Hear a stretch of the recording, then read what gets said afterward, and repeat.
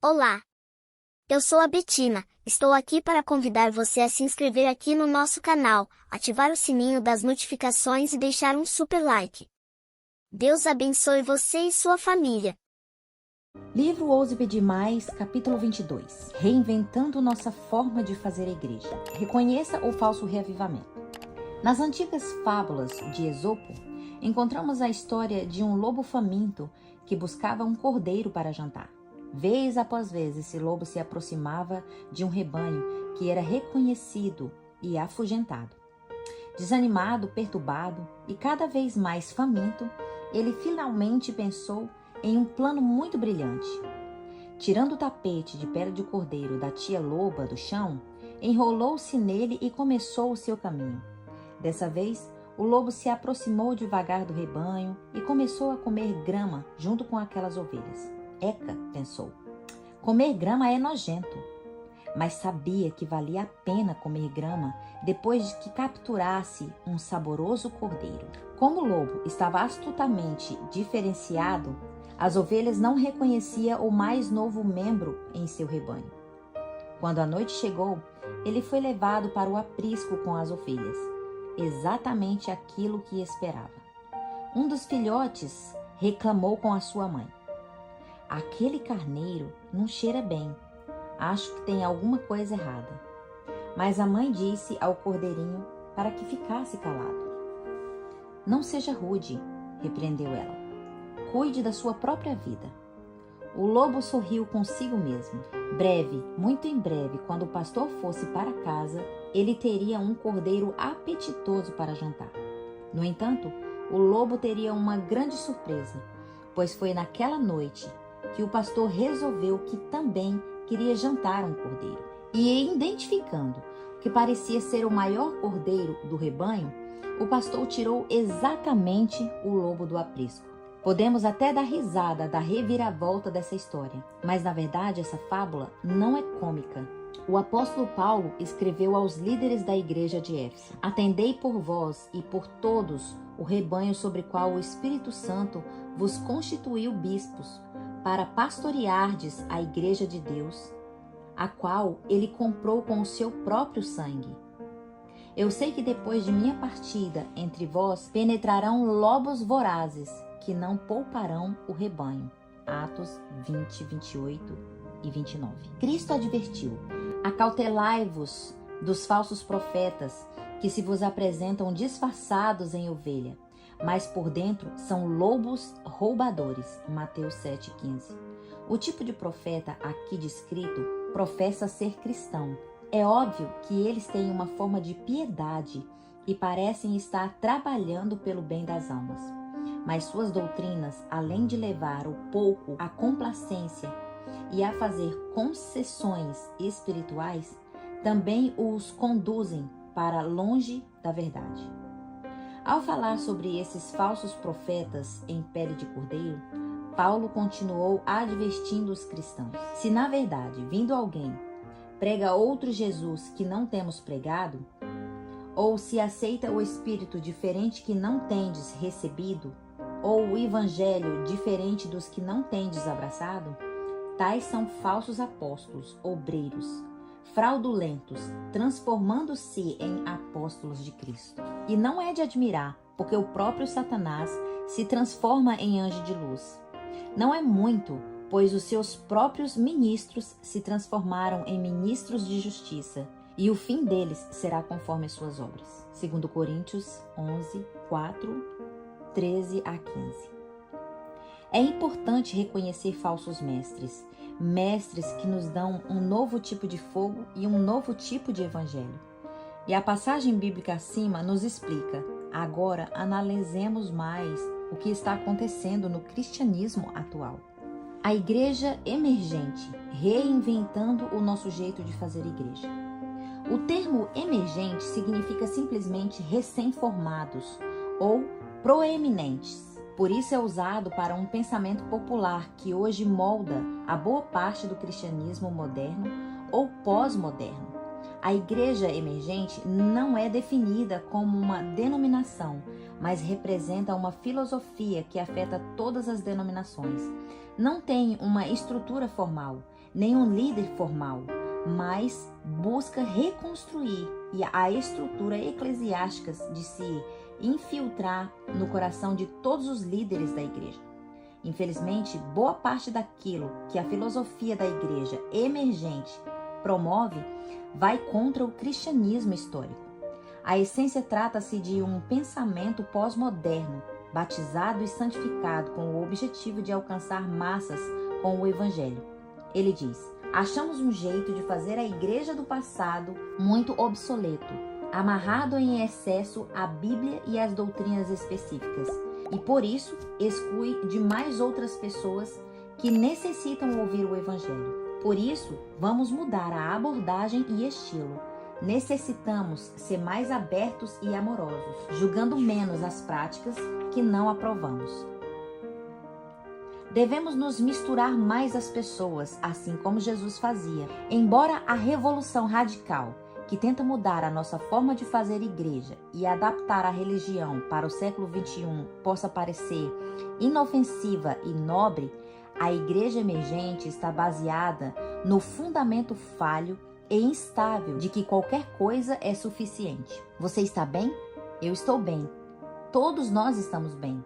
Então, vamos misturar tudo. Esse evangelho é fogo aceso por seres humanos, promovido pela igreja emergente. Está atraindo milhões. Muitos não têm limites. Não há, mas pode. E não pode bem definido, preto no branco. Tudo se resume ao amor e à aceitação. Embora certamente seja necessário haver um calor humano e o amor dentro de nossas paredes, o problema é que tudo agora ficou cinza. O que Deus realmente pensa ou diz não importa mais. Nós nos tornamos centro de tudo. É claro que esse fundamento é extremamente perigoso, pois os cristãos pentecostes que creiam na Bíblia como nós, é perigoso porque essa colaboração entre os diferentes fés leva ao relativismo. Nenhuma verdade ou base bíblica absoluta, conforme debatemos anteriormente. Universalismo, a crença de que todos os seres humanos serão salvos a despeito de suas crenças e de seu estilo de vida. Sincretismo, a união total entre todas as fés, mesmo entre aquelas que parecem contraditórias. Para muitos, a beleza dessa filosofia é justamente a ausência de absolutos e verdades objetivas, uma vez que todas podem estar certos e ninguém precisa ser ofendido. Será que esse evangelho é o que a Bíblia ensina? O propósito da espada de dois gumes da palavra de Deus, Hebreus 4:12, em vez de cortar e penetrar o nosso coração, convencendo-nos do pecado, seria, na verdade, fazer um carinho cálido e amoroso nas costas. Realmente, isso tudo é algo muito sério. Está mesmo acontecendo no mundo, mas não é algo bom.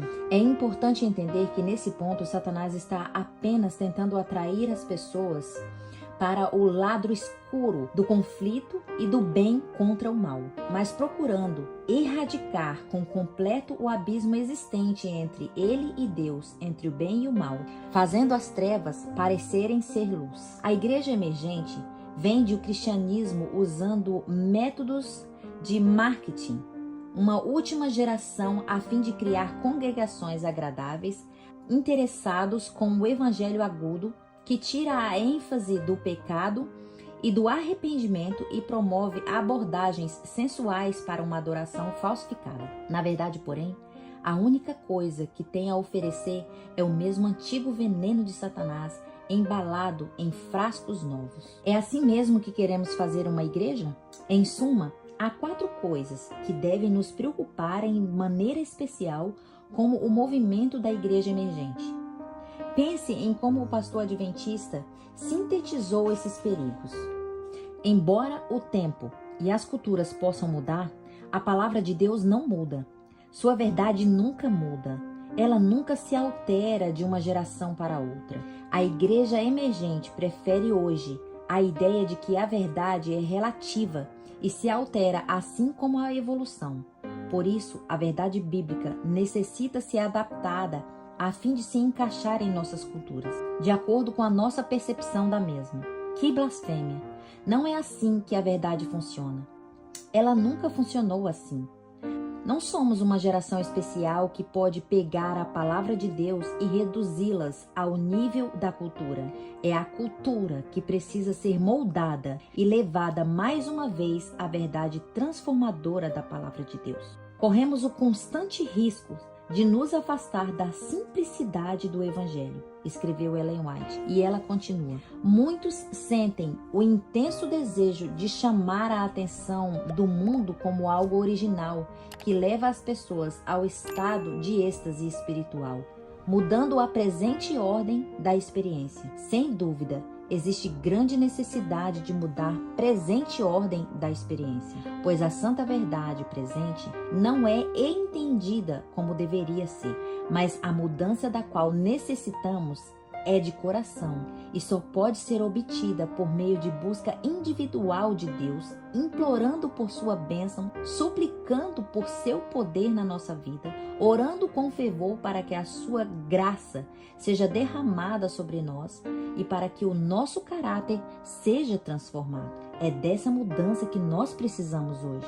É para alcançar essa experiência que devemos dedicar energia perseverante e manifestar fervor manifesto de todo o nosso coração.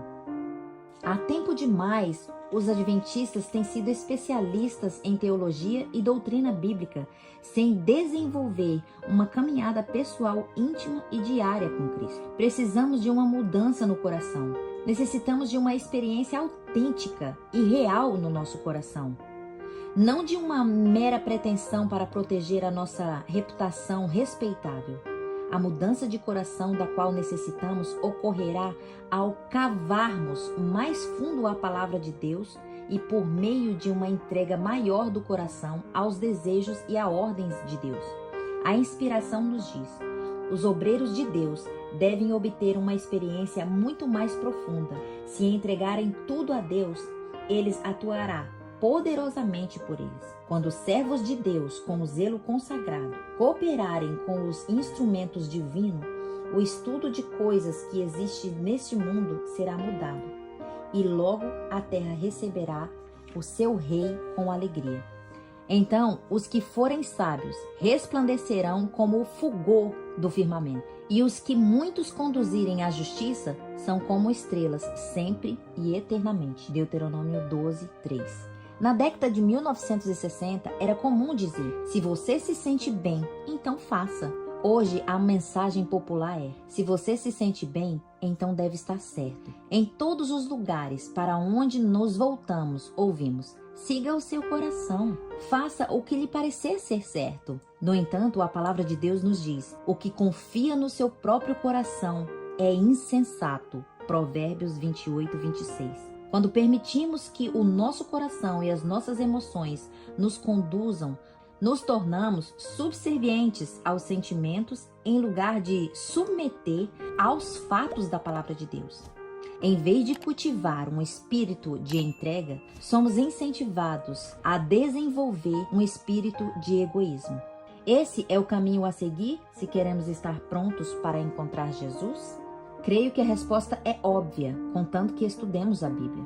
Enquanto prosseguimos, devemos evitar os perigos e os movimentos pós-modernos de uma igreja emergente e, ao procurar reconhecer as diferentes formas de reavivamento falsificado que assola o cristianismo hoje, ousemos pedir mais. Não mais sentimentos de sensação confortantes, não diálogos infinitos, sem respostas e perguntas, mas sabedoria para discernir a verdade e permanecer fundamentadas na palavra de Deus. Somente firmados na verdade e nas escrituras é que seremos transformados, e a transformação verdadeira só vem por meio do derramamento do Espírito Santo.